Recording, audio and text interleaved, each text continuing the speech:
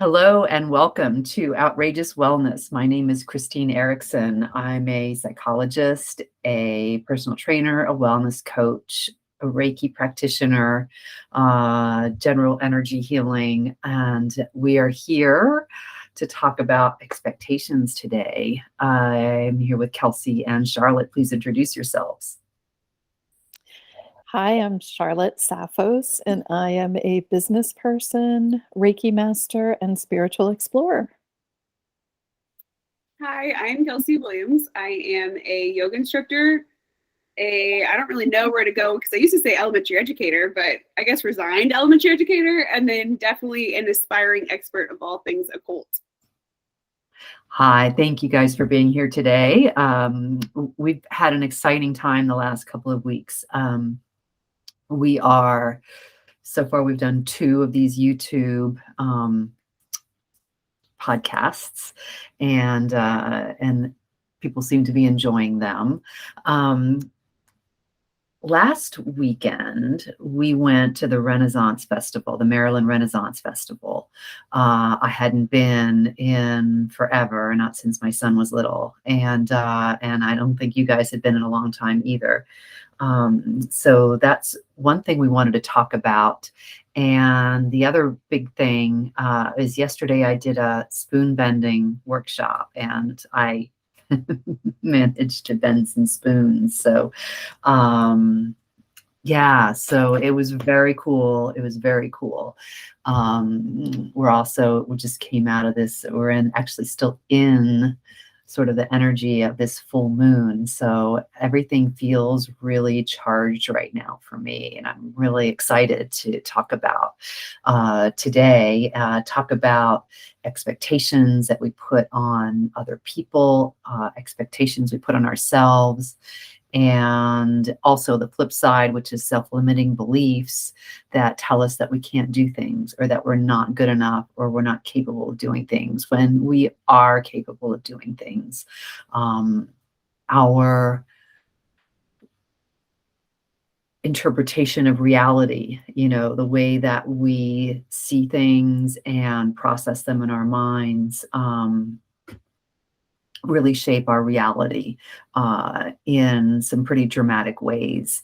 So, we want to try and shed as much of that as we can so that we can be who we're meant to be. If you want to think about things in terms of human design, right? We all have our design. And if we take those expectations away and just be who we are, we'll be so much happier, right? Yes, definitely. Also, I'd like to point out that it was the harvest moon, I think, right? This full moon. Yes. So Kelsey has a beautiful pumpkin behind her, which always reminds me of the harvest. Very nice. Also, had a great time at the Renaissance Festival. Kristine had the cutest costume ever. And oh, look, you have your flowers. They look so good. It was just so much fun. But yes, I'm excited to talk about expectations. And I think the interesting thing for me about expectations, it's like heavy. That word feels heavy to me. I strive to be a better version of myself than I am now, right? Like I'm striving, and that's kind of my expectation. But it feels different when I say striving versus expectation, like I should already be something, or I should be doing something, as opposed to striving to be a better version of myself. So I'm excited about today's topic. Well, and I think too, it's funny, we were kind of talking about it beforehand, that word expectations is really heavy. And it's interesting too how when we create expectations in our own head, we start to build up our own reality from that, and what should be happening and what shouldn't be happening. And then we start to kind of create a world out of the way we're talking to ourselves and the expectations we have for ourselves and others. And that world can be good, or it can be really not so good, depending upon what we're deciding to say to ourselves and how we're deciding to self-talk. And so it's interesting in my yoga class, and I feel like I've been trying really hard with this, is saying to people, how can you take that expectation that you have of your body to do this pose, and instead of doing that, like switch that out for a lot of like introspection and paying attention to what your body's telling you it wants to do in the moment and what it can do, and maybe moving from there and not coming at it from a place of like, I need to be here now. Yeah, I agree. We had the Renaissance Festival was an opportunity to get out of ourselves and our everyday, day-to-day world and have some fun experiences, dress up a little bit. I got this little, what do you call it? Hair Floral wreath or Flower crown? flower crown. I like that. Crown. Yes. I got this there. But another thing that I did when I was there that got me thinking is I ordered a chainmail shirt, which is being made for me. And with the idea that, I have this Valkyrie tattoo on my back, and she's kind of my guardian angel. She's had my back, and so now I have her on my back. But now I'm going to become the Valkyrie, right? So I've now started putting this costume together, and it was spur of the moment. I saw it. We saw it, right? We were walking through. I was like, oh my gosh, that's so beautiful. I want it. We went in and spoke to one of the people there. It turns out that the company is called Valkyrie Armorer. I was like, oh, well, if that's not a sign, I don't know what is.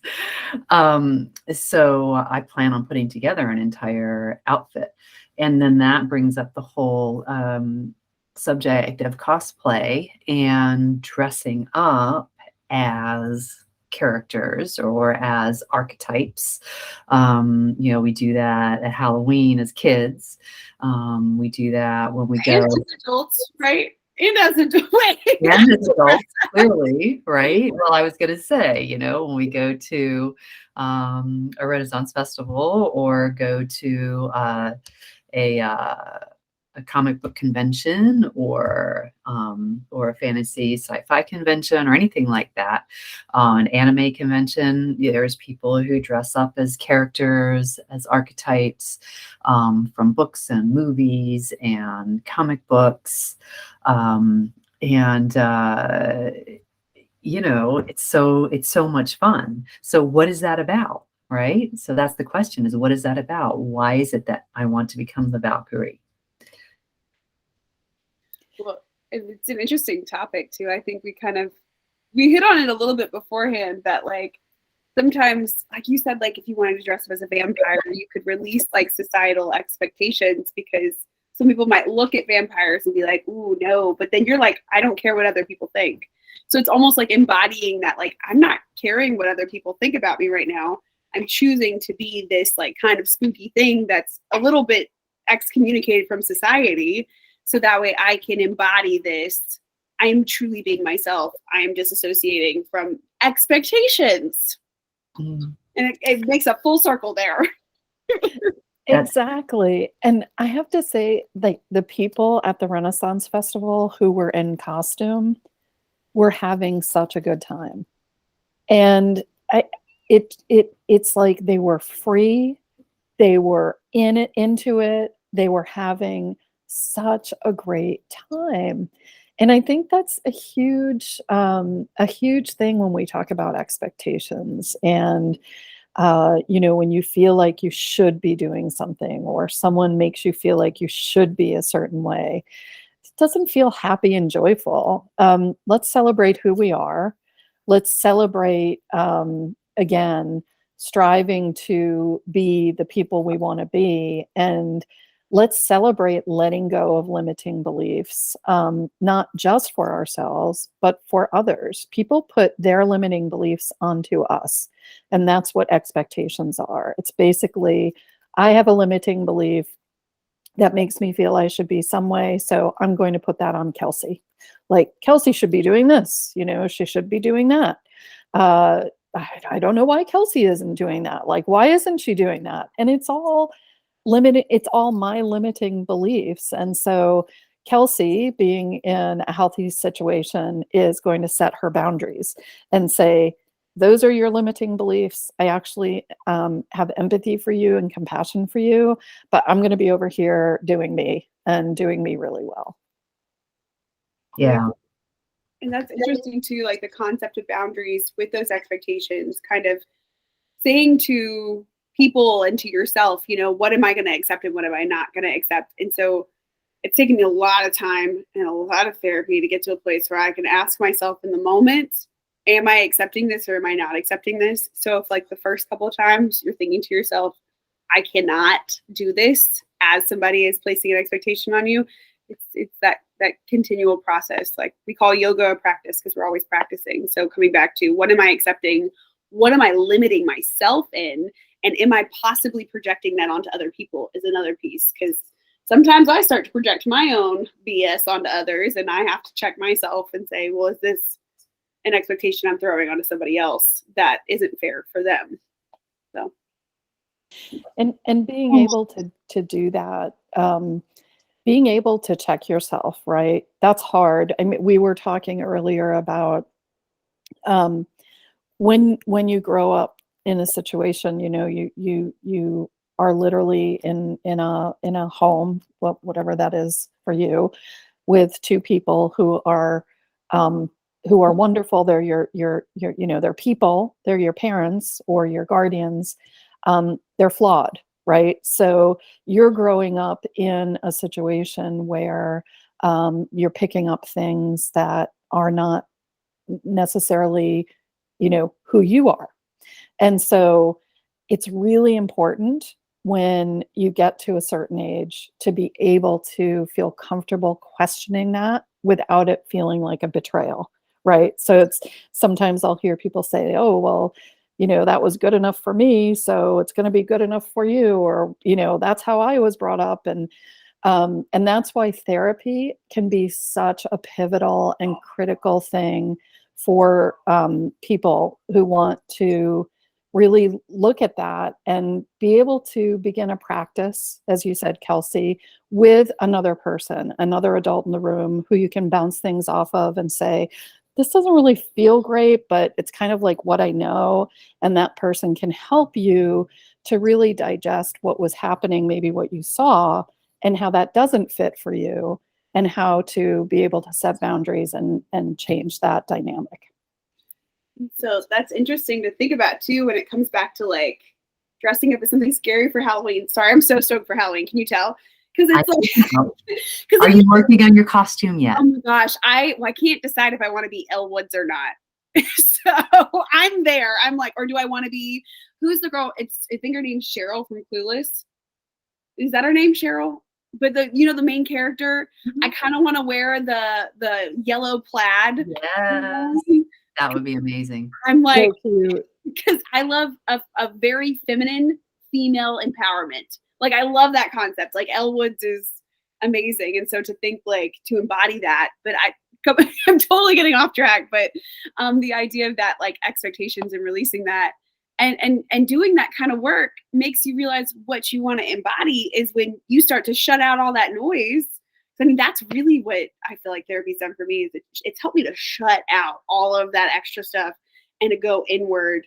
I think I literally had a conversation with my therapist pretty recently where I looked at her and said, so my emotions are telling me something. And she thought I was kidding. So she started to laugh. And I was like, no, I didn't know that. No, run that one back. So it's interesting because now that I know that and I can feel myself feeling certain emotions, you can shut out those expectations from other people once it doesn't feel right in your body. And I think Elle Woods from Legally Blonde does that so nicely. She just puts out all expectations and she puts her hand to it.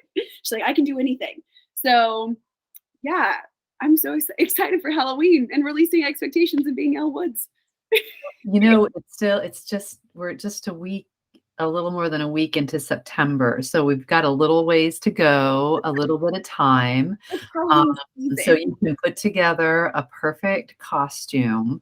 But the thing about costumes and cosplay is that, whatever it is that we feel we are lacking and we want to embody, there's a character you can dress up as that where you can, once you put the costume on, can, feel that, whatever that quality is, all of a sudden you have it.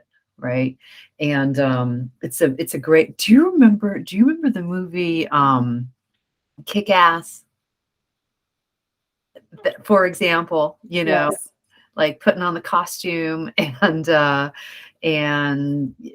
then becoming this, this vigilante hero, right? That was a funny movie. I like that a lot. But if you're lacking confidence, putting on a costume can imbue you with confidence. And then as you do that in different situations, going to different conventions or whatever it might be, putting on, the costume can help you learn how to be that out there in the rest of your life. So that's something that's really cool about costuming. It's a creative outlet too. I mean, how creative is it? That's so creative to put something together like that. For me, yeah. And for me, the whole Valkyrie thing is kind of a statement where, I feel like I'm becoming more and more that.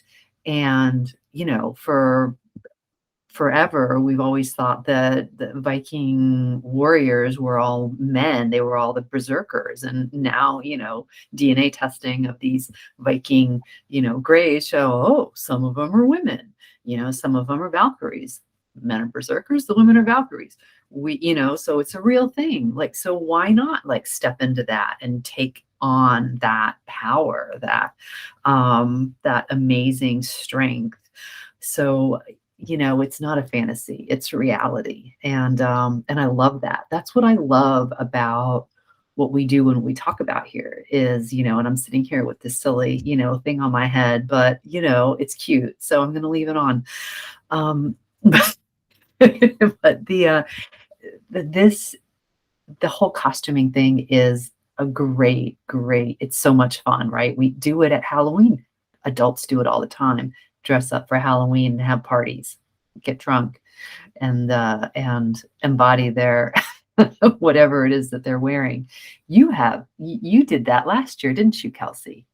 Oh yeah. So I decided that last year I wanted to be something scary because I was in a job that I wasn't very stoked about, and I was in some friendships that were really tough, and I was really trying to navigate my way through them.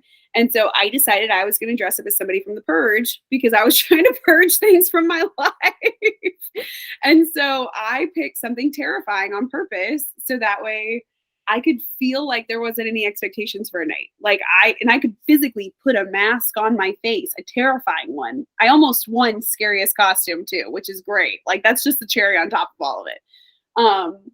Because it was a little off-putting for people. And if you know me and you know me well, I'm not the kind of person that's usually off-putting. I try to be very open and welcoming. But that was one night where I got to kind of have a moment of, I'm going to be terrifying. Like, I'm going to be a scary human being tonight because I'm tired of feeling like all these things are happening to me. I'm going to take control a little bit.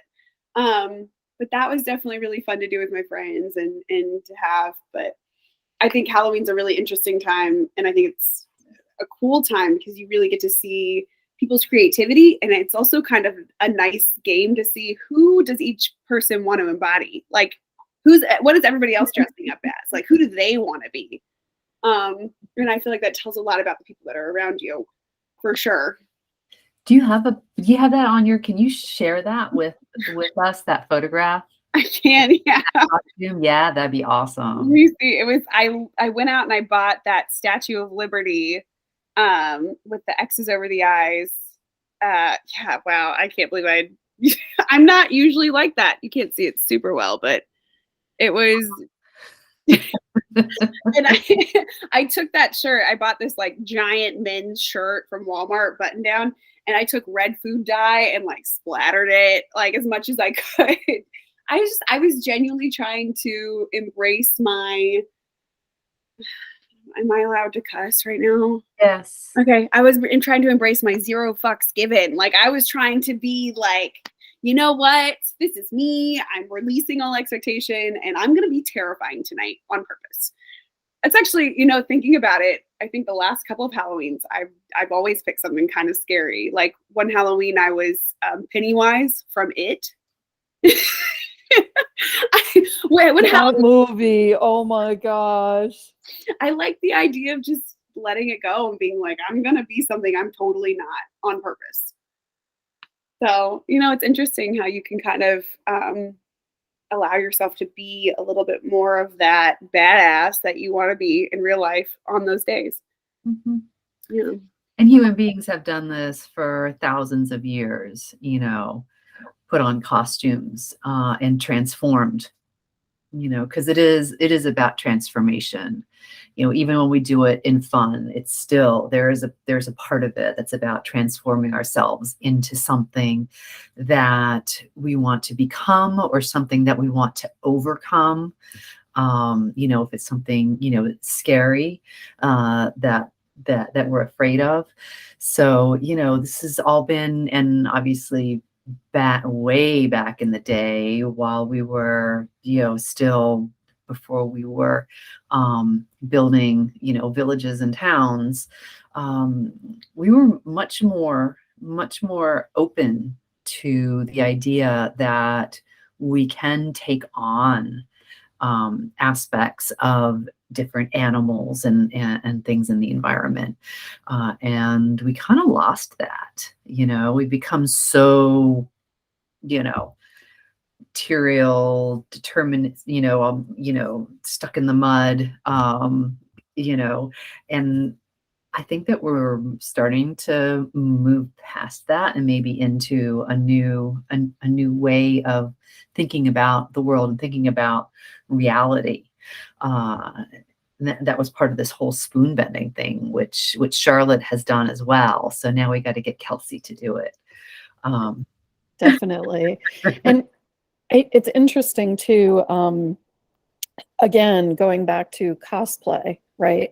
It's play. It's play. It's what makes us feel good. It's what's joyful. Even if it's a scary thing, you're still at, going to a party or going out and, people are commenting, and it's really interesting. And what you said about the animals, I just have to say that the Animal Welfare League of Alexandria every year, they do a Halloween costume, and people actually show up and they have a contest. So people, animals for the pets. It's people and the pets. Okay. So both the human and the pet are dressed up, and some of them are so creative. And again, it's a way for people to connect with their animals because they're such important parts of our lives, right? So there was this one costume that was so good. It was a woman who was dressed up as a NASA engineer, and her dog was an astronaut. And her dad had taken a plastic glass bowl and he took like an electric saw or something and just cut a hole.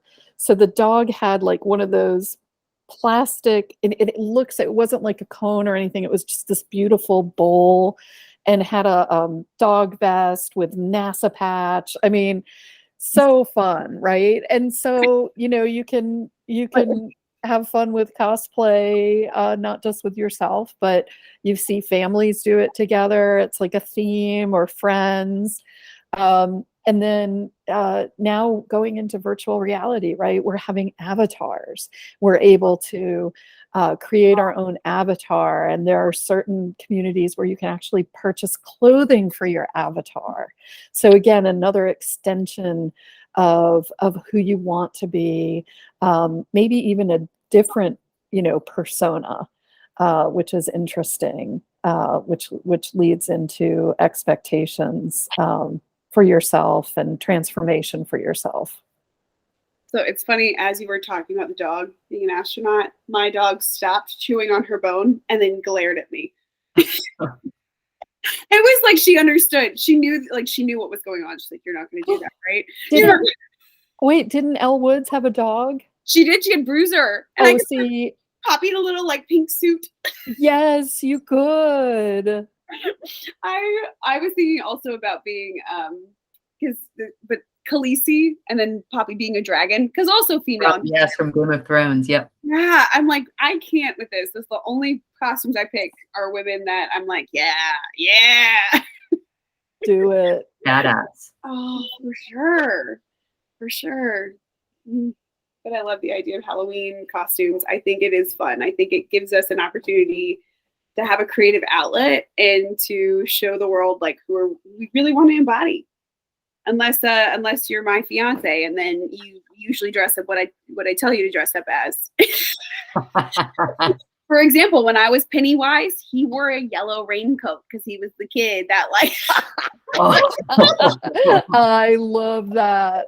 Oh my gosh. So, the emotional symbology of that, right? Yeah. Oh, I love that.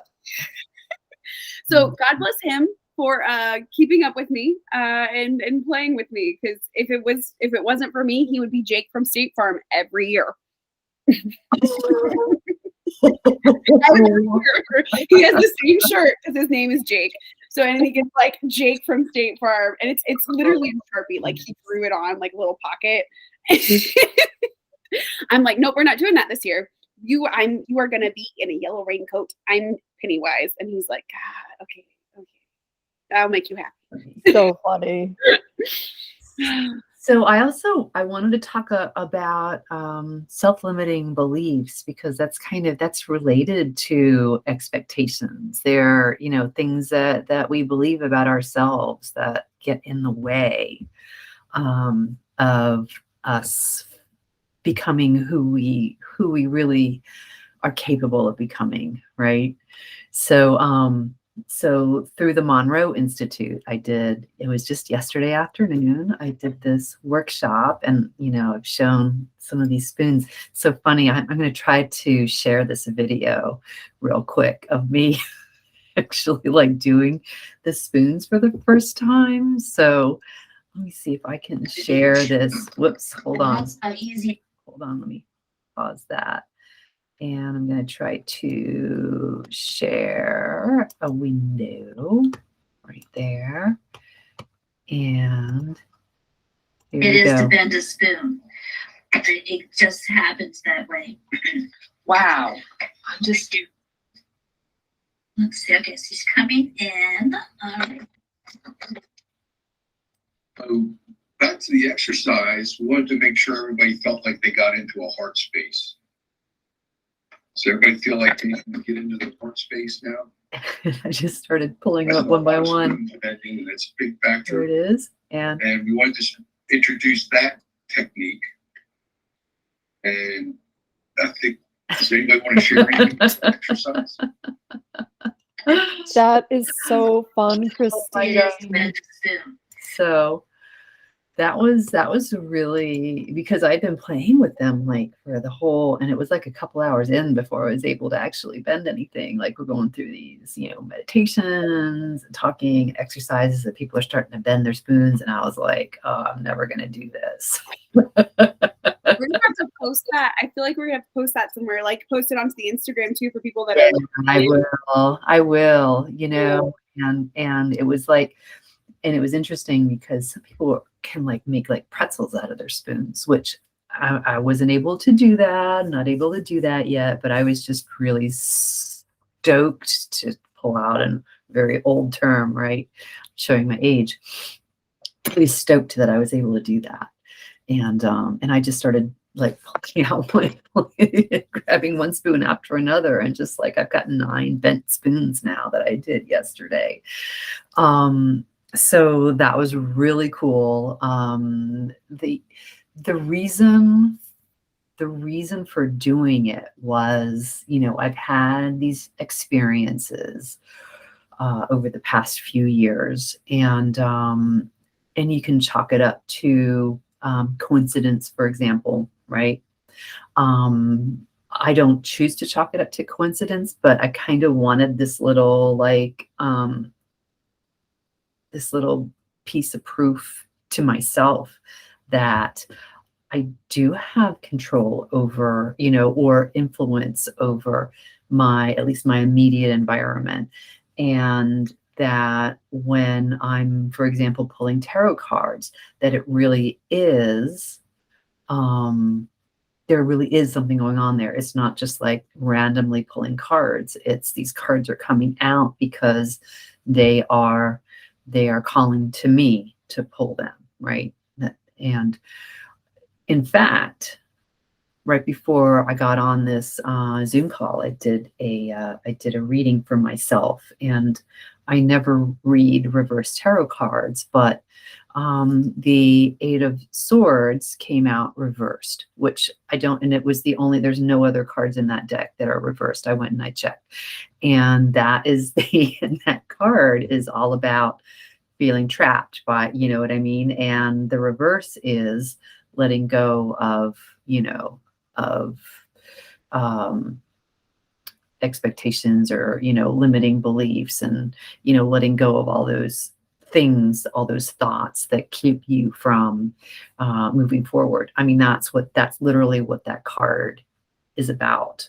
So when it's reversed, which is exactly where I am, like, how, okay, coincidence, really? Right? So. Well, and I think that's really interesting too, because you both went through the same meditation that they did for that spoon bending, where they talk about releasing self-limiting beliefs.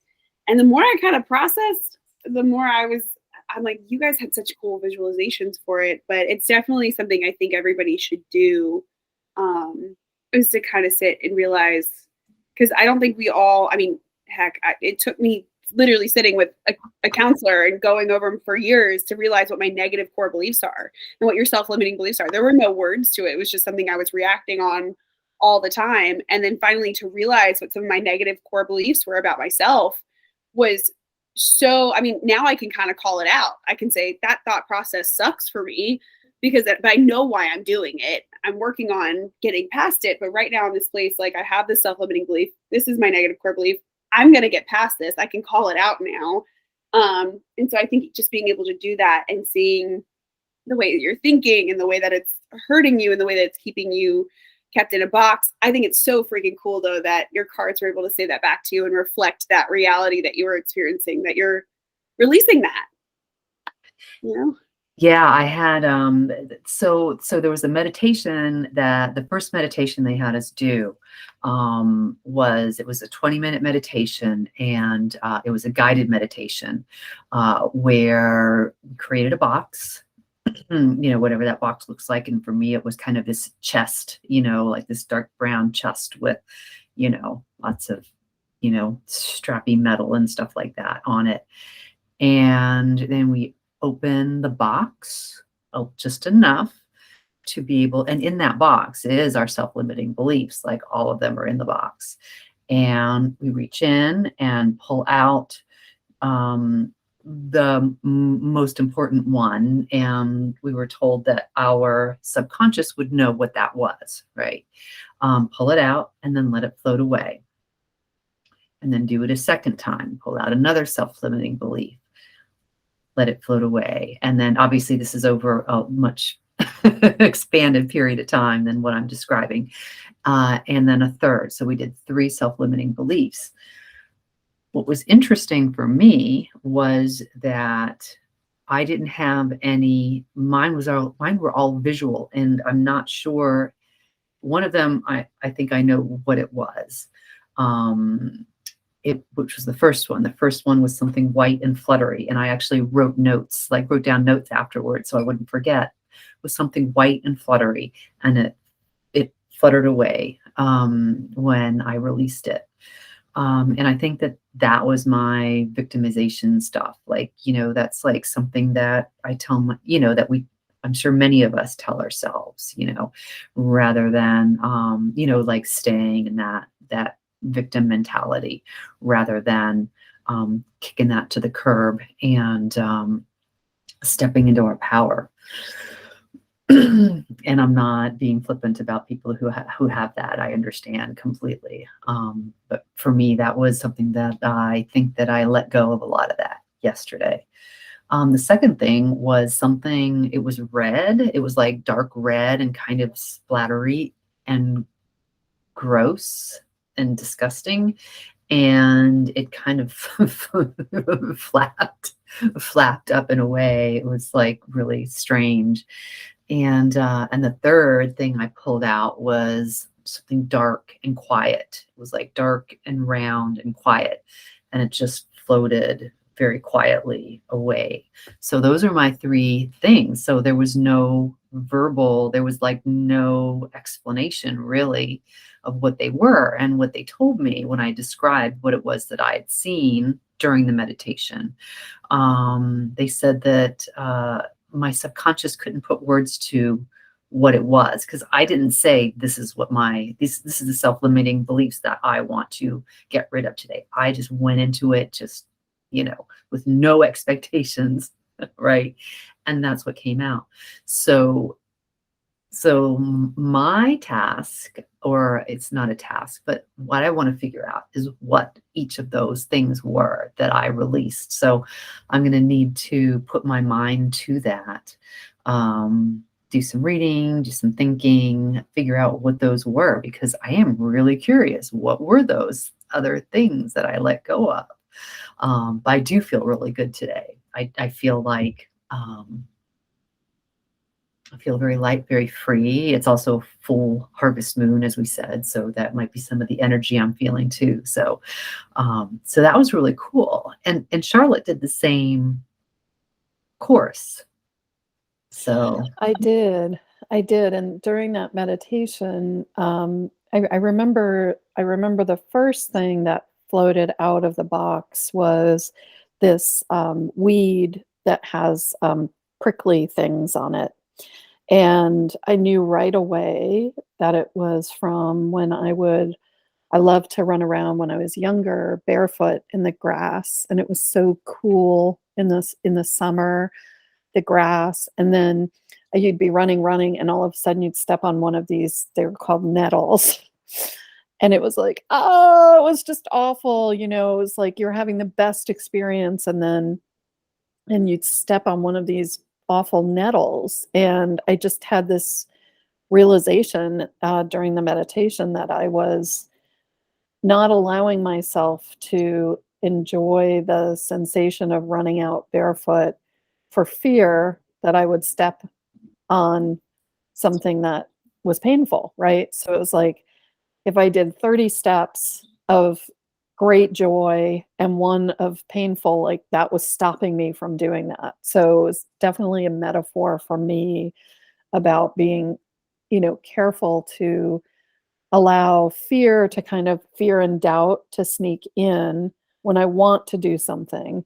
And it really does kind of go back to some of the human design conversations we had with Amy about things that bring you joy, and allowing yourself to feel that joy without the fear of the other shoe dropping. So that was fascinating meditation for me. I can't remember what the other two were, but they were great. And then, of course, you did the meditation where you went into your heart center and you thought about things that brought you great joy. And that was my experience when I was doing that. That's when I started bending the spoons, and that was really incredible. Just the idea of releasing that which no longer serves you, getting into a really beautiful, joyful place, and then manifesting the reality you're trying to create, which the goal was to bend the spoons. Imagine now taking that into every aspect of your life and just manifesting that which feels good and brings you joy. That's actually coming out of your heart. So we know that love is paramount, right? So getting rid of the fear and just leading with love. And when you lead with love, it's, I feel confident and comfortable that what I'm doing is right for me and for others. because I do think there's this sense of like, oh, well, I want to do what I want to do and fuck everybody else, right? It's like, if you're doing what you love to do and it's coming from a place of heart-centeredness and love, it should not have any negative impact on those around you. That's kind of how I feel about that. Exactly. And the key is to do it from your heart. Right. And that's what they teach you. You take that energy that you feel when you experience great joy or love and use that to create a resonance with the spoon in that specific case, or resonance with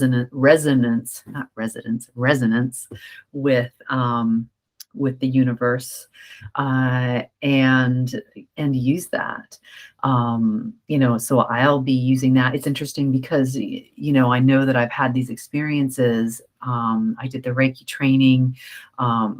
Now this, I feel like, has given me a way to focus that focus my intent on whatever it is that's in front of me, whether it be when I'm giving a tarot reading for somebody, whether I'm creating a spell jar for somebody, whether I'm doing some healing for somebody, because I've had a few crazy experiences with healing, with helping people heal. And I feel like I'll be able to be more consistent now when I'm called to do something like that. So that's really cool. That's the main thing that I got out of yesterday's workshop. Kelsey? I just think we're talking about self-limiting beliefs. I keep going back to, I'm in an active process right now of staring some of my own self-limiting beliefs like dead in the eyes and being like, I'm going to do it anyways. I have a terrible fear of heights. Like it's absolutely debilitating, and it runs in my family. Like everybody has it. And so I've started rock climbing, and I just booked a flight to go to Salem for Halloween. And I'm like, okay, we're going to stare at some things like directly in the eyes and say, I'm scared shitless, but I'm going to do it anyways. So I think there's part of it there with that. Are you afraid of flying? Terrified of flying. I scream cry. It's bad. Like I scream cry. Oh, I didn't realize that. Oh, it is. It's bad, but it's kept me from doing a lot of things in my life, and I've realized it's time for me to stare at that and say, I'm going to do it. I'm going to do it, and I'm not going to scream. I'm not going to, because that's going to terrify everybody else on the plane. But yeah, no, I love that we're kind of talking about this, because this is actually a really active theme in my life right now, is that I need to quit holding myself back. So I'm going to stop. Very cool. That's very cool, Kelsey. I'm so glad that you're working through this. And the deal is if something happens and you can't get on that plane, it's okay. Okay? Yeah. Yeah. Right. I am going to try my best to do some breathing exercises, and I think there's a whole course, like meditation course, on fear of flying, and I'm just gonna do it. And I think the only way it's gonna get better is if I continually try to do it and try to get myself on there and to go do things. And fortunately, the flight from DC to Boston is like an hour, maybe. So that's easier in my head to get past than like a 6-hour flight. So we're going to do it. And I think I want to challenge everybody. I guess the reason I'm bringing this up is, if you have something that scares you, but it's also holding you back, I think look at it with fear in your eyes and say to yourself, I'm scared, but I'm going to do it, and I'm going to do it, and I'm going to prepare myself to the best of my abilities. Sounds good. That is great, Kelsey. Good for you. Thanks. I appreciate it. And how much fun, October 31st in Salem. Right. I mean, really, like, I expect pictures, videos. Yes. Those are my expectations for you. That's right. I'm posting all the time while I'm there. So it'll be, and I think that's also something I'm looking forward to getting on the plane for the fact that I've always wanted to do this, right? So we're doing it. We're going to do it. That's exciting. So thank you. Yes, this has been really fun today. I'm glad that we talked about all this stuff. So if there's any character that you've ever wanted to dress up as, go ahead and do it. You know, we got how many weeks till Halloween? Ooh, 6 or 7 maybe. let's see. I can count them out right now. Let's see. We got 1, 2, 3, 4, 5, 6, 7. 7 and some change. You got 7 weeks. 7 weeks to get it together. Let's play. So yeah, so thank you for being here. Thank you for everybody out there listening. I'm excited to move forward into this week. Oh, there's so much to do, so much to experience. Let's see, any closing thoughts? Stare that fear in the eyes and say you're going to do it anyways. There you go. Let go of your own expectations, set boundaries for others' expectations for you, and just live a heart-centered, joyful life. Wonderful. Thank you so much. If you're watching this on YouTube, please like us and maybe even subscribe so you'll know next time that we post something on here. Thank you. Have a great week, and we will see you next time. This is Outrageous Wellness.